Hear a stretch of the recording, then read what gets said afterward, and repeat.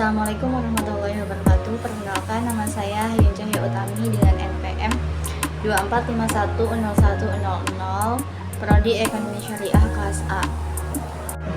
Saya akan membahas tentang pemikiran ekonomi sebelum masuknya Islam.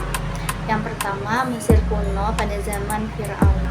Tenaga kerja banyak berasal dari budak, dan tujuan ekonomi mereka waktu itu lebih diarahkan untuk makmuran Firaun, sedangkan rakyat biasa banyak mengalami penindasan. Yang kedua, di Babilonia atau Mesopotamia yang berada di sekitar Irak. Sudah ada aturan tertulis tentang perdagangan, upah, dan juga denda. Aturan itu ditulis melalui Kode of Hammurabi. Ini menunjukkan adanya usaha untuk mengatur ekonomi. Tetapi hukum yang berlaku masih keras dan cenderung untuk melindungi pihak yang lebih berkuasa. Kemudian di Persia, perekonomian berkembang melalui perdagangan dan pertanian. Pengaruh adanya negara Zoroaster juga tampak karena mereka berbicara tentang keadilan. Jadi pemikiran ekonomi mereka mulai diarahkan pada bagaimana permasalahan sosial diselesaikan dengan keadilan. Berikutnya di Yunani kuno, para filsuf seperti Plato dan Aristoteles ikut berpendapat.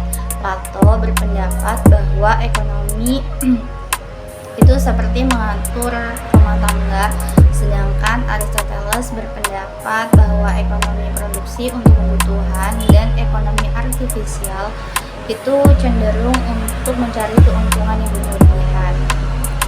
Pada pemikiran ekonomi saat ini itu sudah mulai bersifat filsafat.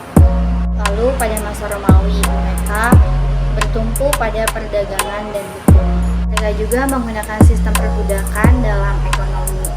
Dan aturan hukum Romawi banyak memengaruhi sistem perdagangan pada saat itu. Ekonomi sangat dipengaruhi oleh agama Hindu dengan sistem kasta.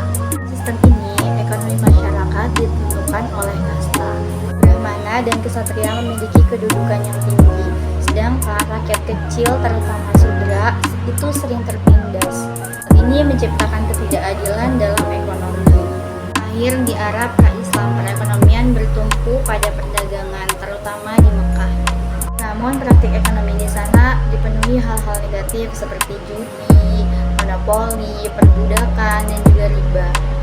Dari gambaran ini bisa kita lihat bahwa sebelum Islam datang, banyak perekonomian di berbagai peradaban memang berkembang, tetapi masih banyak ketidakadilan.